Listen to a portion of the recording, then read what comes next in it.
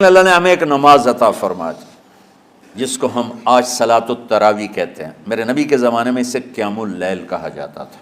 اس لیے حضرت عائشہ رضی اللہ تعالیٰ عنہ کی روایت ہے جس سے 8 رکعت والے حضرات استدلال کرتے ہیں کہ رمضان اور غیر رمضان میں اس کو امام بخاری نے قیام اللیل کا ہی عنوان دیا ہے. آپ نے 11 رکعت سے زیادہ نماز نہیں پڑھی. ایک ضعیف روایت میں ہے کہ آپ نے 3 دن پڑھائی نماز. یہ تو صحیح روایت ہے. کتنی رکعت پڑھائی؟ تو ایک ضعیف روایت میں ہے کہ 20 رکعت پڑھائی. اچھا، ضعیف روایت سے عبادت ثابت نہیں ہو سکتی حکم شرعی.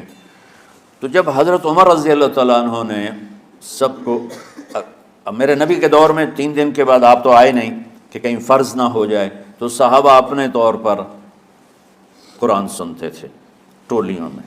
صدیقی دور میں 2 سال وہ فتنوں میں گزرا، تو اس میں بھی اسی طرح چلا کہ ٹولیوں میں ہوتے تھے. حضرت عمر رضی اللہ عنہ کے زمانے میں حکومت مضبوط ہو گئی، طاقتور ہو گئے. تو ابتدائی سالوں میں نہیں، چند سالوں کے بعد اب مسجد میں تشریف لائے تو لوگ اس طرح کوئی 4 ادھر 4 ادھر 5 ادھر 10 ادھر 20 ادھر، تو کہنے لگے ان کو ایک امام پہ جمع کر دیا جائے تو کتنا اچھا ہوگا.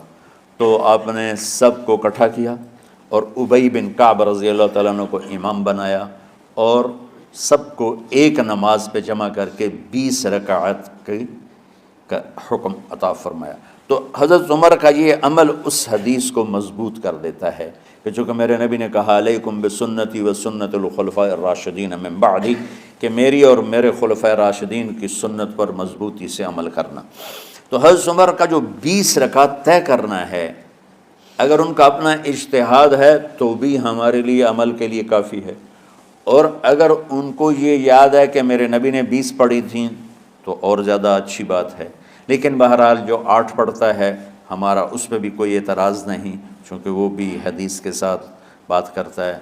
اور باقی پوری امت 20 پڑھتی ہے، ان پر بھی اعتراض نہیں. میں ایک جگہ سے گزر رہا تھا، نماز کا وقت ہو گیا، اہل حدیث کی مسجد تھی، میں وہاں نماز پڑھنے چلا گیا تو ایک بہت بڑا اشتہار لکھا ہوا تھا 20 تراویح ثابت کرنے والے کو 5 لاکھ روپے انعام.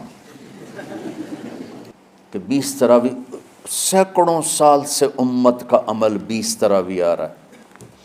تراویح کا نام جو پڑھا مجھے یوں لگتا ہے کہ اہل مکہ، یعنی اہل مکہ جو تھے نا، وہ 4 تراویح پڑھ کے ایک طواف کرتے تھے.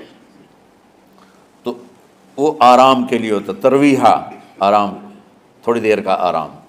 تو 4 تراویح کے بعد ایک طواف کرتے تھے. وہ چھوٹا سا طواف 10 منٹ میں ختم ہو جاتا تھا، اور پھر 4 تراویح پڑھتے تھے، پھر طواف کرتے تھے، پھر 4 پڑھتے تھے، پھر طواف کرتے تھے. یہ صحابہ کے تھوڑے بعد کے دور کی بات.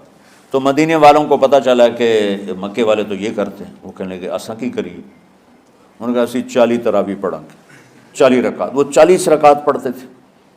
تو نوافل میں کوئی سختی نہیں کہ بھائی 8 سے زیادہ نہیں پڑھنی، بدعت ہو جائے گی، اور 20 پڑھنا بدعت ہے. یہ سب جہالت کی بات ہے.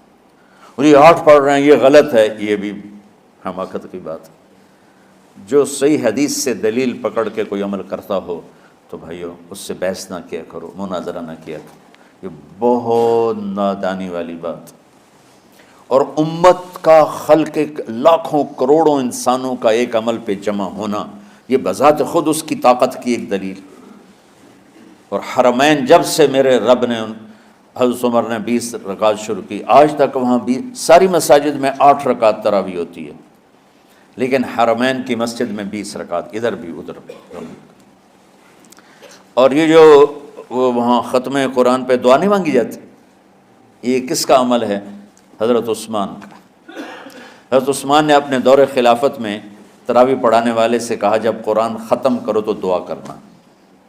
وہ کہنے لگے جی کیا دعا کروں؟ کہ جو تیرے دل میں آئے کرنا. تو ختم قرآن کی رات تراویح کی آخری رکعت میں من الجنت والناس کے بعد دعا کے لیے ہاتھ اٹھانا، یہ حضرت عثمان رضی اللہ تعالیٰ عنہ نے اس کو زندہ فرمایا.